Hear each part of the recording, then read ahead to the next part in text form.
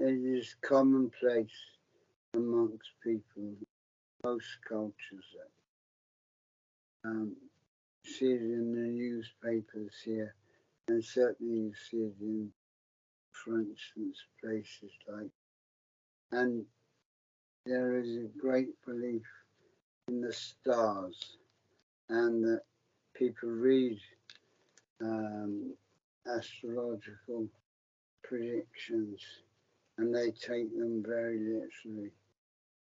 Now, when Mevlana and others like him speak about the stars, they are speaking not about the external stars, but about or planets actually, but about the planets within us. So,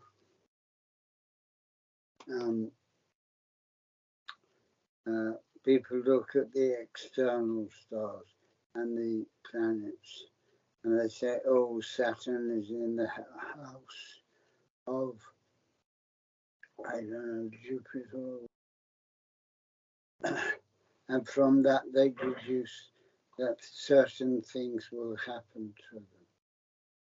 But the mystics do not look at the stars or the planets in this way.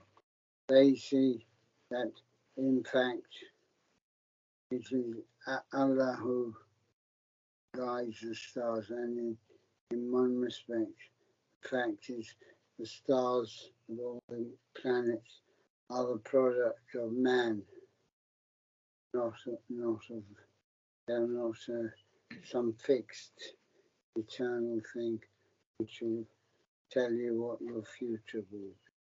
So the mystic gains power over the planets, and the planets that are within him, he has control over, and he's not subject to them.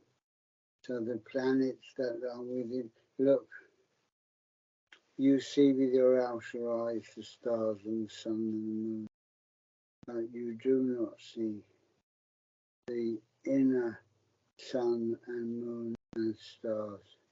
You do not see the inner planets.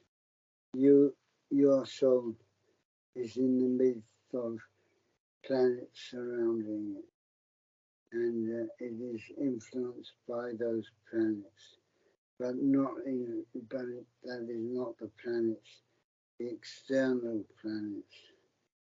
It is the planets that are within you. So, and let us suppose you have a few friends. I suppose one or two of you may have a friend. I don't know. Anyway,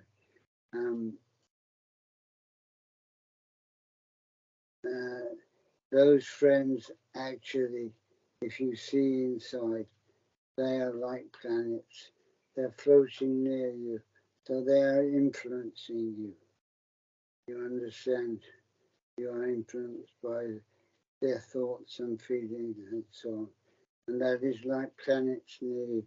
That is influencing the movement of your planet. So that is, man has the ability to control those planets. And that is partly why we talk of the control of thoughts.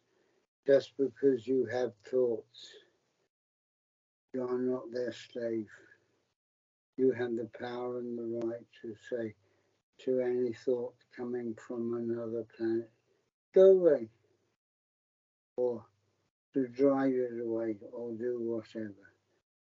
So your soul is in that inner space, and the outer planets are just a reflection of that, and the idea that they control your destiny or future is ridiculous.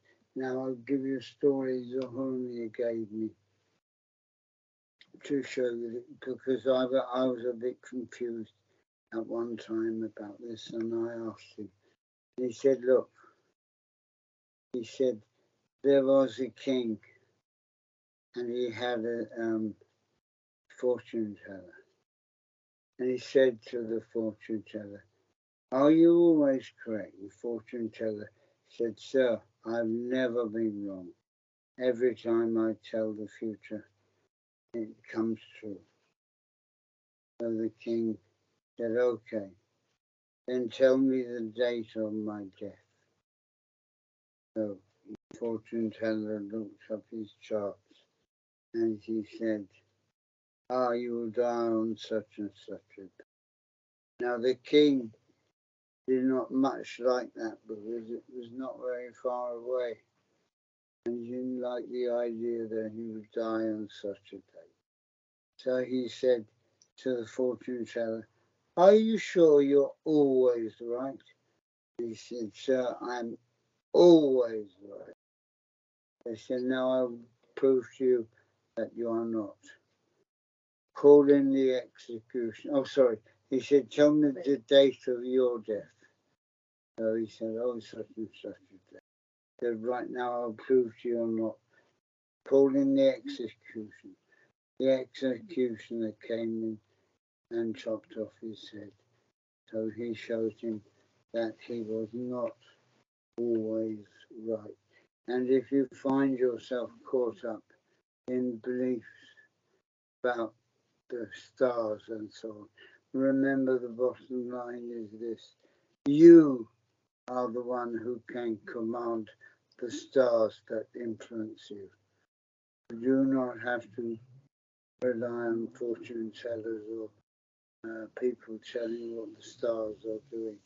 You have that power within you, power to change your own life and to change the pattern of stars that govern it, or pattern of planets that govern it. Mariam, that's an awful lot to translate. Sorry.